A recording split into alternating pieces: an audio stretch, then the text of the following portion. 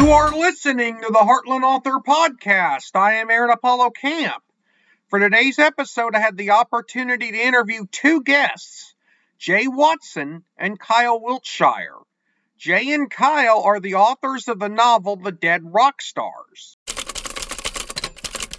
I'm here with Jay Watson and Kyle Wiltshire, who are the authors of the alternate reality book, The Dead Rock Stars. Jay and Kyle, welcome to the Heartland Author Podcast. Thanks for having us. We're really excited, man. Thank you for having us. I'll start with Jay. Feel free to introduce yourself to our listeners. Well, my name's Jay Watson. I grew up in Nashville, Tennessee. And since I was about, born, I guess, I kind of was in love with Elvis Presley. And so that's been a big part of my life. And I've actually impersonated Elvis before. And I just love everything about this book and this universe we've created. And Kyle and I, we've been very close, best friends since what, Kyle? 1996. Yeah, 1996. Kyle, feel free to introduce yourself to our listeners. Sure. Thanks, man. I'm Kyle Wiltshire. I live outside of Nashville as well. I'm not a lifelong resident like Jay. I'm a transplant, but yeah, Jay and I met in college. We love movies, and that had led us to constantly be talking about stories. And eventually we just decided, you know what, we can do this ourselves. Let's tell our own story. So that's sort of been our history. But yeah, we've got nearly 30 years of friendship where we just enjoy stories and hanging out, and yeah, that's our deal. Now, either or both can answer this question without spoiling too much of The Dead Rock Stars. What is that book about? And whoever answers the question, the other can read a little short snippet of the book, if that's okay. Sure. Yeah. The Dead Rock Stars is kind of a alternate history, sort of as if, this is what was really happening story. But the bottom line is Aaron, imagine if many of your favorite rock stars who tragically died too soon for many tragic reasons. What if they didn't die? What if they faked their deaths and they joined a secret society to become secret agents, and they've actually been protecting and saving the world for over 150 years, as it would be. And our story picks up in 1999, and the DRS has been saving the world behind the scenes, but there's a new threat that has showed up in the world that they don't quite understand. And so they recruit a tech star, someone who's familiar with technology, to help stop this impending doom that is going to happen at the end of 1999. Okay, now can either of you read like a short snippet of the book? Yeah, we'd love to. If it's okay with you, Aaron, we're going to take right turns. Ahead. We're going to read little pieces. This is just a little bit out of chapter 1, and we'll take turns on paragraphs. So you guys will get to hear from both of us, if that's okay. Okay. Here we go. It was just another Saturday night in Las Vegas. All indications were that no one saw anything unusual. Certainly, no one seemed surprised to see the real Buddy Holly dashing through the casino, or the real Elvis Presley giving an impromptu concert. Buddy's voice crackled in Elvis's earpiece. King, the tracker. It stopped. Room 2834. I'm moving in to set up surveillance. As security closed in on him, Elvis charmed the guards into letting him finish his mini concert/distraction routine, ironically, with Heartbreak Hotel. As he strummed the final chord, he struck a pose and bowed quickly, sweat dripping from his face. He still got it, screeched an older woman to her girlfriends at the front of the crowd. They wanted to believe. Elvis wiped the sweat from his face and threw the hanky to the adoring gals. Then he grabbed the guitar case and headed for the public elevators. The older women fought for the hanky like it was 1968 again. As the elevator doors closed, Elvis reached into the guitar case, pulled out a jar of Lover's Moon pomade. He slicked his hair back with a comb and then smeared the security camera with the remnants. Elvis has left the building, he reported to headquarters. King, we've got a problem, Janice said in his right ear. I've lost communication with Buddy. He's in room 2834. Now, nothing. Elvis reached inside his jumpsuit and pulled out a pair of earphones. Attached to his belt was an MP3 player, a state-of-the-art personal jukebox, bedazzled in the same ornamentation as his gold Aztec-encrusted belt, which also matched his cape. He put one earphone in his left ear away from comms and pressed play on the MP3 player. 28 floors gave him just enough time to get to the chorus. He rolled his neck, heard a few pops, then started to get loose. It's time to get loco, Elvis said aloud. The elevator doors opened. Two men with earpieces and weapons holstered under their jackets were waiting. They looked at Elvis. Elvis looked at them and held a finger in the air, motioning for them to wait a moment. Then, right on cue, the King dropped into a karate stance and began belting out the chorus to Ricky Martin's Livin' La Vida Loca. With lightning quick combination, Elvis had kicked one guy across the hall and another one lay motionless with a snapped neck. He strutted down the hallway, singing and thinking to himself, man, I love this song. He kicked the door to room 2834 open, and it flew open as if it had been blown off its hinges. Elvis looked down and saw a pool of blood and a pair of cracked horn-rimmed glasses. He grabbed the lamp off the table and used it to bash one oncoming attacker's head, then used the cord to strangle the next opponent. Langston, the man in crushed green velvet, jumped behind the wet bar where Elvis spotted a black and white photograph of his face in younger years. Looking around, he realized he was standing in the Elvis Presley suite. This was not an accident. Someone knew who he was, who they were, and someone was sending a message. That is amazing. Thank you. And I'll go to Jay here with this question. How can you and Kyle get away with writing a work of fiction involving individuals who are real life famous people? Man, that's a great question. We spent lots of time talking about that. And honestly, Quentin Tarantino helped us a little bit with that. We watched a movie called Once Upon a Time in Hollywood, and it's this alternate universe where, Charles Manson's followers are actually in the film, and there's this whole thing that happens. And it kind of caused us to wonder a little bit how he did that and how it works, because there were famous people that were in the movie, and Bruce Lee was even in the movie. And we're like, how do you do that? How does that work? And we started reading up, and we realized that if a person has passed away, then when it comes to fiction, we can really do whatever we want. Furthermore, when it comes to fiction, there are a lot of authors that have told alternate universe histories of Barack Obama and Joe Biden when they were in office. There's a book that was out they were crime fighters, and so that kind of inspired us to go, okay, well, I mean, I guess it is fiction, and as long as we don't dabble in their lyrics or anything, I don't know what it's called, if it's IP or something like that, Kyle, but as long as we don't dabble in recorded work, we can use their likeness, and we can use the person, and we can tell an alternate story. And it's important to us. And Kyle, I don't know if you want to speak to this, but our interest is not in exploiting these rock stars, but actually celebrating them and kind of giving them another chance. Yeah, I would say that's a big part of it is helping them sort of live on beyond. Many of the people you heard from the reading, a few of the people that are in there: Elvis Presley, Buddy Holly, Janis Joplin, or just three to name a few. A lot of them died really tragically. Some of them died by their own demons, addiction, or life, just the struggles of life, whatever, and fame. And so it's really cool to sort of give these guys kind of and gals a redemption arc, so to speak, in many ways. I'll stick with Kyle here. How is the Dead Rock Stars more like a feature-length motion picture than a typical novel? That's a great question, Aaron. And truly, we wrote a book because we didn't know how to write a movie. We kind of figured that route might be a little bit easier because we've read a whole lot more books than we've read movie scripts.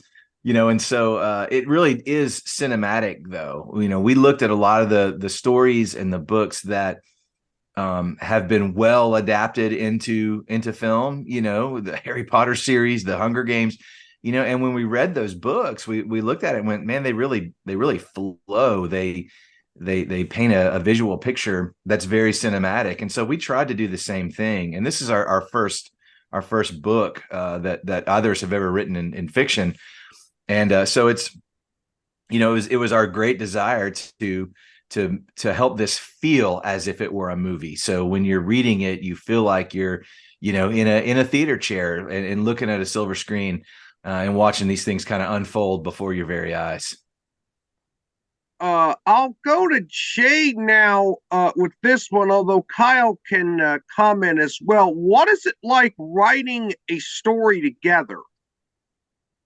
It's actually a lot of fun. We expected and we're kind of prepared for some speed bumps as far as just, someone really loves something they've written and the other person's like, that's not it. That could cause problems. And what we learned pretty quickly was it was actually a lot better to do something like this together. Kyle and I have been friends for such a long time that we kind of understand each other and we have mutual respect. So we were able to, in kindness, be able to talk about things that maybe we thought could be better a different way. And when we started, we were real delicate. Towards the end, it was much more like a very healthy long-term working relationship where you're just like, hey man, I don't like that. And he's like, okay, well, let's talk about it. Or he'd say, hey, we can't do that. And we would have good discussions, but Kyle's brain does a really good job with the overarching narrative, consistent themes. I like funny. I like dialogue. I like action. And so Kyle was able to kind of protect the narrative, make sure there were no holes in our plot. And I was able to use my gifts. And then we kind of took turns a little bit. Kyle got to write some stuff that he loved and got to dip his toe in some action. And as we got more comfortable, our chapters really didn't start with, okay, it started with, where it started was Jay writes a chapter, Kyle writes a chapter. Where it kind of ended was a lot of us, either of us, we don't really know who wrote what in some of our chapters because we spent so much time working on it together and working on the sentences and making sure that everything made sense, that our fingerprints are just about on every line together. And so it worked out really great where, for us, our collective minds are much better than us alone. Yeah, I'd agree. I say, the way we're both wired is different and in many ways opposite. And so the things that Jay is really strong at, really good at, I'm not as strong at, but the areas where I'm really strong, Jay's maybe not as strong there. So we really, two heads are better than one in a lot of ways. But at the same time, we're both creative. We both have passion and vision. And so it took a great deal of, ability to compromise and a willingness to compromise and to decide that the story or the narrative is king, not my desire, not his desire, trying to create the best story that we could create and make it as awesome as it could be. That's the goal. And so that puts us in the back seat and puts that in the front seat. And it's much easier to compromise when you talk together and you think about something and you go, you know what, you're right about that. We do need to cut that, or we do need to shape that story arc this way, or we do need to add this element in, or we do need to take this out, whatever it is. When we're working together to what makes the story best is where we need to go. So it's easiest when that's your goal, and then that's a clear mission statement for both of us. I'm not sure who would be better equipped to answer this question, but how complex was it to world build for y'all's book together? I mean, what's cool, and I'll kind of start, and Jay, if you want to add anything to this. Sure. Yeah. When we got started with the writing process, we knew maybe 4 or 5 tent poles. These are things where we want to take the story. These are elements that we want to involve the story, and we kind of knew where we wanted to end the story, as well as how we wanted to start the story. So, to some degree, we knew the setting, 1999. We knew that, we lived through those years, so we know what the world was like. We remember the technology. We remember the pop cultural moment of that time. And so a lot of it in world building was just recollection, just remembering. And of course, we did a whole lot of research online, especially when it came to, you know, the rock stars and the people that are featured in the book. Yeah, I think too, when it comes to world building, you get to ask yourself a couple of questions. For our story, we wanted rock stars that had passed away to now, in some cases for us, almost 20 years, some just 4 or 5 years, to still be alive, you know, at a later date. And so that's one part of this. Okay, if Elvis was 40 when he passed away, he's about 60 in this story. If Kurt Cobain was this age, he's just a few years older in 1999. So what would they be like would be question number one. Then the second thing would be like, okay, what kind of skills does a secret agent need to be able to save the world? Then the third question is, okay, these guys are rock stars. Like, they are used to a certain way of living. So their headquarters, their transportation, the things they do and the way they do it are going to be different than a typical secret agent. And so that's kind of where we started with the world building. And then you go, okay, what would a headquarters be like? And we got to spend time doing that. We got to spend time talking about how do these super famous, world famous rock stars be able to blend into the world without being seen and noticed. And so for us is really one of the places where the inspiration came from. And I don't know if you're old enough, Aaron, or if you've seen a National Enquirer at the grocery store, but Elvis Presley gets cited all the time. Tupac is still in the news today. He gets cited at islands and different places. And so that myth, that lore already exists in our culture. We were able to take that and world build around it, and it created just a really fun place to exist. Now, Jay, I'm going to stick with you, but I'm going to ask Kyle the same question afterwards. What are your top 3 favorite movies? Top 3 favorite movies. Okay. Number 2 for me would be Lord of the Rings, The Two Towers. Man, I love that film. I love when Gandalf comes over the hill towards the end at the giant battle sequence. It's one of my favorite things to watch. My number 1 movie is The Shawshank Redemption. I love the moments of hope that get communicated in that story. I think I say it's time to get busy living or get busy dying at least once a month. I just love everything about that movie. A drama that Stephen King wrote that is just beautiful. Frank Darabont kind of nailed it with the direction on that one. And my third movie kind of alternates. I was gonna say Star Wars Empire Strikes Back, but I'm not sure on that one. That's kind of changed a little bit back and forth. But I think I'm going to stick to.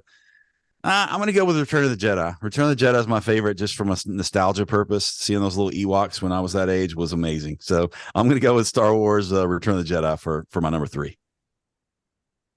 Kyle, same question. What are your top 3 favorite movies? That is such a hard question. It revolves and changes all the time. I'll say this broadly. Man, I love Star Wars. Star Wars has meant so much to me in my life.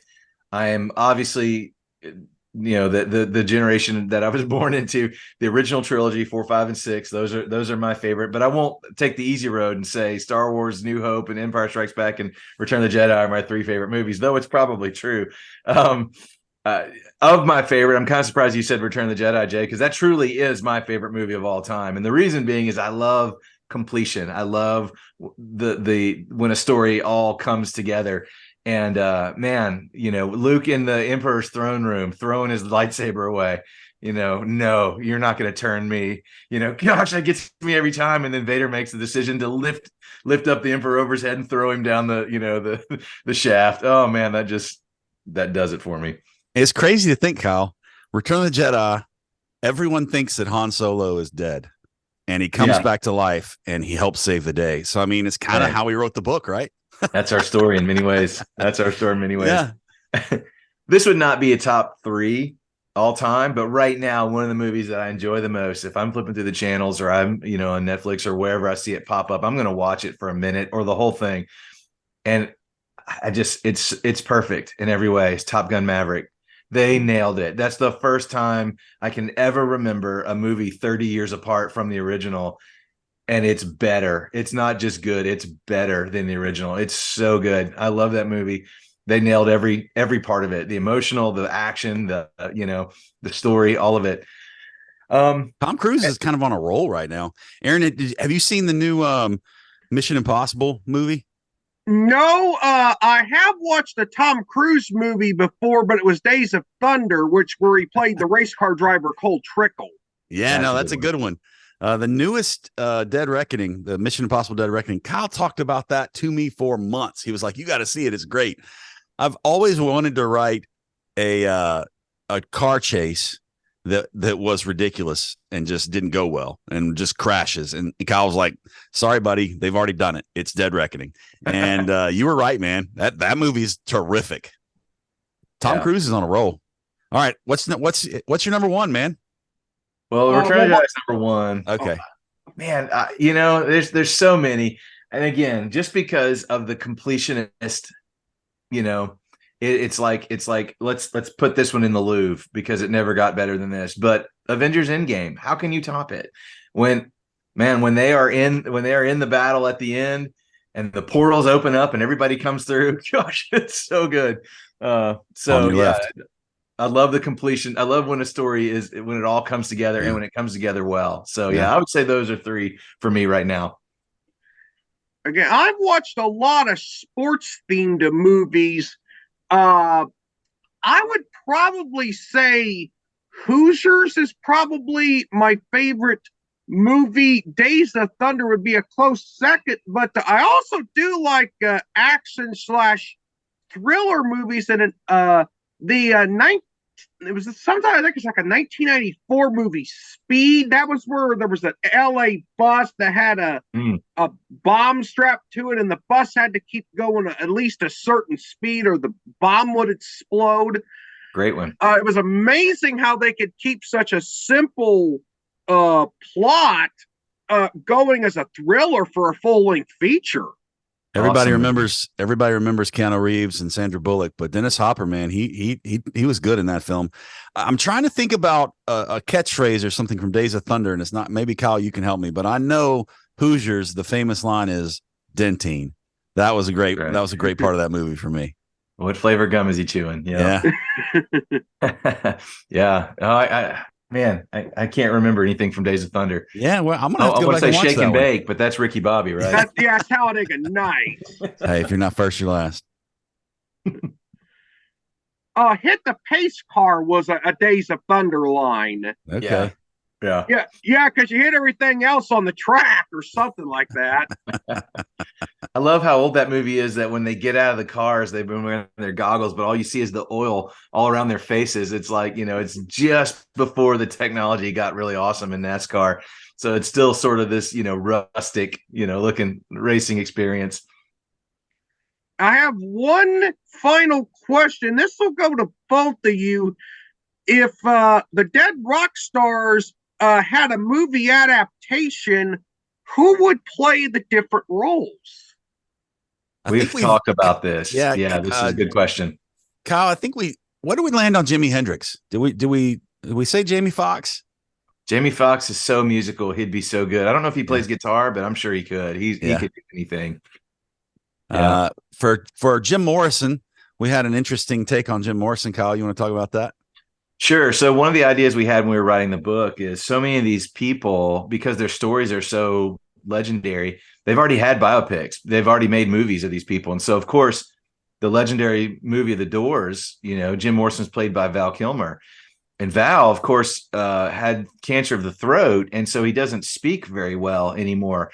And so we wanted to give, if this became a movie, our dreams came true, and this became a movie, we want to let Val play Jim Morrison again because he nailed it the first time. He can do it the second time. But in our story, Jim Morrison doesn't speak. He's taking a vow of silence. So Jim Morrison will be played by Val Kilmer for sure. That's absolutely got to happen. We've gone round and round on Elvis. One of the things that we talked about was Kurt Russell. One of Kurt Russell's first films that he ever did was a TV movie, I think, and he played Elvis. And so we thought that would be pretty fun to see Kurt Russell being the 60-year-old Elvis. Thought that would be pretty good. And I think I talked a little bit about George Clooney lately, thinking he'd be a pretty fun Elvis. Yeah, Clooney'd be good. And also, I think Robert Downey Jr. would be so good just because if you give that man an opportunity when he's not playing Iron Man, all he wants to do is voices, is the British voice or or Tropic Thunder, the role he played there was just a bunch of different voices, like 2 or 3 different voices he had to do in that movie. So he loves doing voices. It's just kind of a hidden secret. So yeah, let that guy play Elvis. He'd kill it. He'd knock it out of the park. What did we decide for Cole? We created a character for this book named Cole Denton, and Cole is the protagonist in the story, and he's kind of the fresh eyes that get to go into this universe and kind of see everything for the first time, and it's kind of our eyes into the story. In our story, I think he's 21, 22. He's started one of the world's first dating websites, and it's been very successful. He's a tech star, and I think he's just he's I don't know if he graduates MIT or he's about to, but that's kind of where he is. And who do we say was going to be him? Was it Jesse Eisenberg? Do we say that, or what do we say? He's too old. Someone like Jesse Eisenberg, though. I think the beauty of that would be he'd need to be an unknown. So have all these legendary actors around him, and let the star of the movie be this this unknown guy, just like Cole is this unknown guy in the world. Or Chalamet. Or Chalamet. Yeah, he could do anything as well. Yeah. He's so good. Jay and Kyle, you two were amazing guests, and I thank you both for appearing on the Heartland Author Podcast. Aaron, we had a great time, man. Thank you for having us. Yeah, thank you for having us. We really look forward to this, and we're glad to have been able to do it. Jay and Kyle were fascinating guests to interview. While I have an opportunity, I'll provide an update on the planned rebranding of this podcast. I have recorded the final interview for the Heartland Author Podcast under that name, and I will be uploading the remaining episodes of the Heartland Author Podcast between now and December 22nd. On New Year's Day after the Rose Parade, the name of this podcast will officially change to Apollo Papyrus, and the first episode under the Apollo Papyrus name will, unless otherwise announced, be uploaded on January 22nd. This is Aaron Apollo Camp reminding y'all to write your imagination. Bye for now.